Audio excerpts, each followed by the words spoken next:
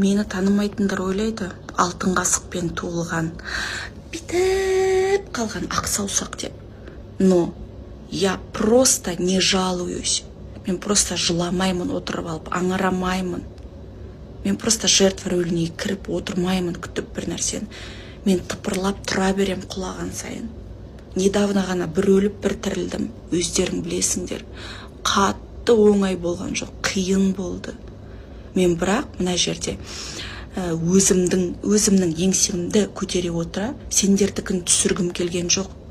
Мен капельницада жатырмын, мен мына жақта жүрмін, мен ана жерде, мен өлейін деп жатырмын, анализдерім жаман, сатурациям төмен, мен бүйтіп жатырмын. Жоқ, я просто сторис салдым, что я реально болею, мен контент, не до контента мне деп ше, мен сторисқа шыға алмай жатырмын деп. Ерекше балам бар, әлі дұрыс сөйлей алмайды, қолын дұрыс ұстай алмайды, аяғын дұрыс баса алмайды. Но мен отырған жоқпын, біреумен өзім салыстырып, ананың баласы неге мынандай, менікім неге мынандай, о Құдай, неге маған бұндай сынақ бердің, деп ше. Маған қарасаң бір проблемасы жоқ қаншық сияқтымын, я? Дұрыс па? Арбаңдап отырған. Жоқ, менде дохуя проблемаларым тоже жетіп жатыр. Но мен оны красиво өтіп жатырмын. Красиво. Түсініп отырсың ба? Мияуламай. Недавно әкем пышаққа түсті. Өйткені жүрегі үлкен болып кеткен. Ты думаешь, мне не больно было? Мне пиздец больно было. Просто нет слов, сөзбен айтып жеткізе алмаймын бар ғой. И өлет әкең деді. Либо тірі қалады, бір Құдай біледі деді.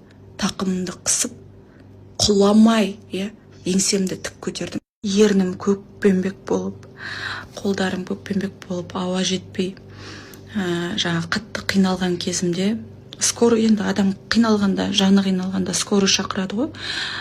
Скорый больницаға апарады. А больницада мені там так мотали меня, шешіндіріп тастап. Мен реально голая жаттым да, былайша, потому что мен еңсемді көтере алмай жаттым. Сол кезде жаңағыдай медсестралар деп жаңағы көтіме саусағын тығып, қан қаяқтан кетіп жатыр екен деп ше. Это было так унизительно, мерзко, честно. Көкірегім бәрі салбырап жатыр. Мен тірі өлік болып жатырдым. Тамырым жарып тастаған, не тамырымды таппайды.